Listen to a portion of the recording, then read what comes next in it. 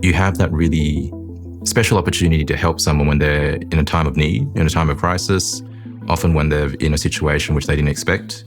And we don't do it for the thanks or the reward, but we do it because, well, I do it because I think you can really make a difference in another person's life and improve their situation.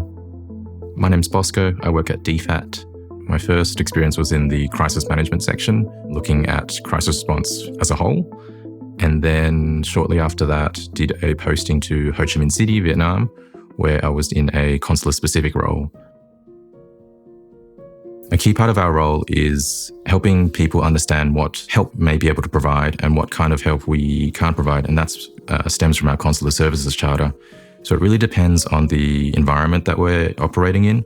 For example, in Vietnam, when I was posted there, a lot of the times people expected us to help them get out of jail, but there are limitations on what we can and can't do. For example, we may be able to help you find a translator, legal advice, help you navigate the local authorities, help you find a flight back to Australia.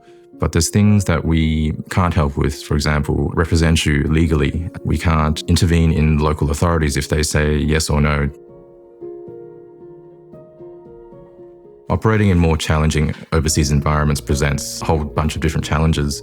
For example, often we don't get notification of when Australians are arrested or detained.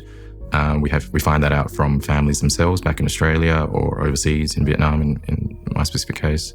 And often the conversations we have are quite touching, but also harrowing, because a lot of the time these people are in for long sentences. One case that sticks out with me was when I was in Vietnam and we had an Australian who was newly detained. It was our very first prison visit to him, and he was in quite a state because obviously he was detained in a foreign country and didn't really understand the legal system and didn't know what his possible outcome could have been. Before I enter those sort of conversations, I really have to mentally prepare myself, because every person is different on the other side. And that's something I really have to remind myself when I do consular work is operationally, we always see people as clients, but I really have to remember that there's a person at the other end I'm talking to. So it's a son, it's a brother, it's a mother, it's a sister, etc.